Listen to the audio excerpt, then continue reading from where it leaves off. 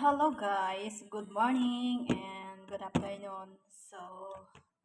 Today is Friday. Happy Friday po sa lahat. And guys, pabili ako sa tatay ko ng blender. Ayan. Nagpabili ako kasi yung mga fruits na hindi ko nauubos, natutuyo na lang sa freezer, sa rep. So, yun.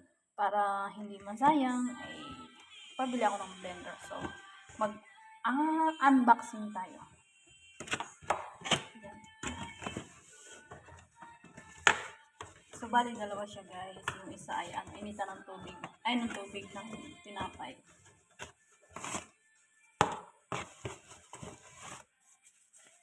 So, i-try natin kung paano siya ikakabit.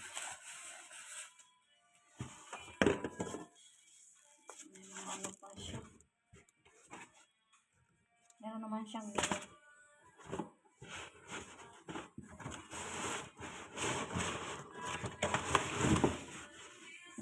Ito pala siya guys. Mga kahon-kahon pa talaga siya.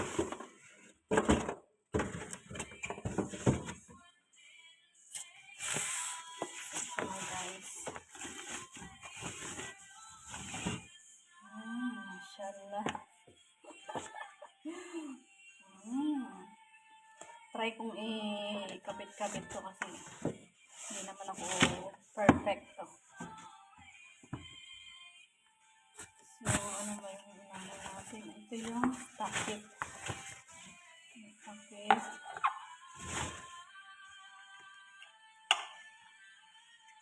Hindi siya nalulubog. Ganun lang talaga siya. May harang pala siya dito. Tapos ito. Siyempre, panggiling ito. Paano siya ikabit? Ganyan. Paano ano?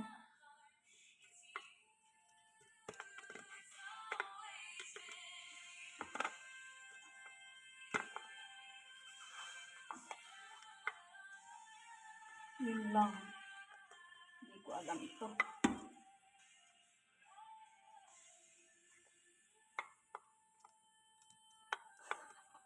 Hindi ko alam to guys. Ano pipihitin? Yung pinipihit pala. Ay. Ano siya? May ano siya. Yung parang yung pag nilagay mo na yung giniling, no? Dito siya. Ano kasi ako guys. Paano naman siya ikabit?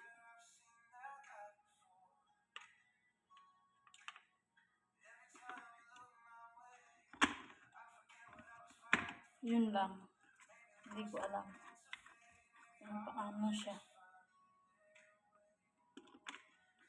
Baka ganito lang talaga siya.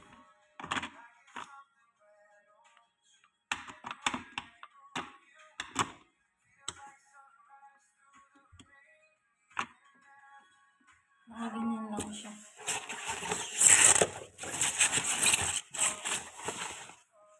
Tapos, ito na yung ano niya.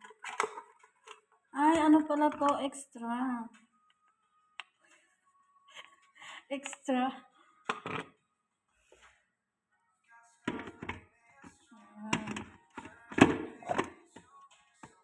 So, ayun, nakabit ko na siya, guys. Extra pala to. Kunyari, nasira yung isa. Tapos, ito yung ikakabit. Masyala. Tapos, ayan. Hindi kasi ako talaga gumagamit nito, guys. Kasi dun sa una kong tinirahan, hindi ako yung mag-provide ng mga ginigiling-giling. So, ito yung lalagyan ng giling. May ano pa siya, may takip pa siya. So, yun lang guys.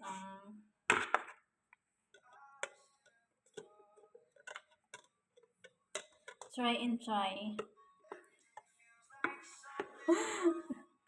So, ano guys, diba? Ang ganda. Gaganon ko lang siya, pipilitin ko lang siya pag ganyan. Siguro maingay ito pag ginamit. At least napakasaya ko na ngayon kasi binilan ako ng tatay ko ng ganito. Akala ko hindi ako pinansin sa mga sinasabi ko na kailangan ko ng ganito kasi ganyan. After 1 month, kasi every month kasi siya namimili. Anything or something or basta yun. So, yun lang guys. Happy Friday. Happy Friday po sa lahat. And God bless you always. Ingat po tayo palagi. And dasal lang po. So, yun lang. Bye. Thank you for watching again.